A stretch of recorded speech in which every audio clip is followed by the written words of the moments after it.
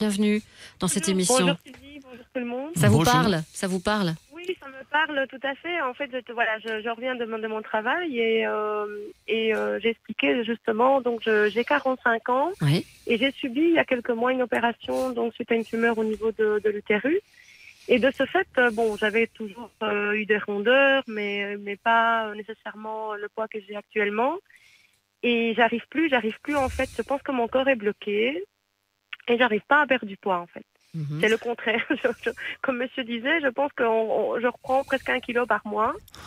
Et je ne sais pas si c'est le fait de plus d'être monopausée comme ça un petit peu obligée. Oui. Si c'est le fait que j'accepte pas justement ce changement au niveau de mon corps, au niveau de mon ventre. Mais c'est vrai que je trouve ça important de l'émission justement dont vous parlez, de s'accepter. Parce que c'est souvent, même pas le regard des autres, c'est déjà le regard que soi-même on porte sur soi qui est important et qui pose problème. Moi, je pense que les gens, quand ils me voient, ils me disent pas, justement, ils me trouvent super belle, super attirante. Et en soi, c'est moi, je pense, qui fait C'est vous ça le un peu problème. mal.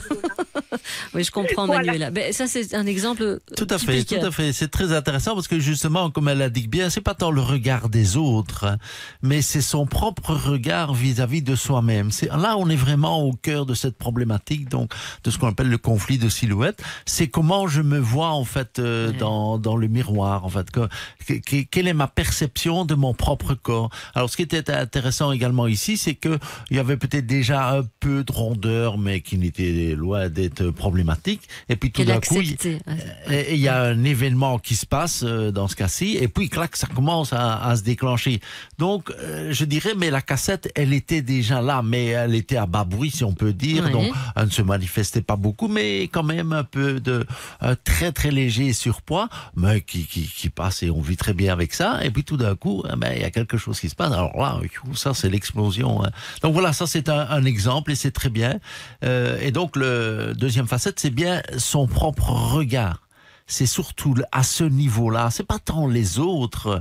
Je vais faire des lectures de pensée, etc. Mais ça, c'est je dirais un détail. Mais c'est moi qui me perçois en fait dans le miroir. Comment je me vois quand je me regarde en tenue légère, on va dire. Eh bien, comment est-ce que je vois mon propre corps en fait. Donc, on lui dit de l'écouter l'émission alors. Ah ben... Manuela, vous voyez là, on introduit le sujet, mais on vous donnera évidemment des pistes de réflexion.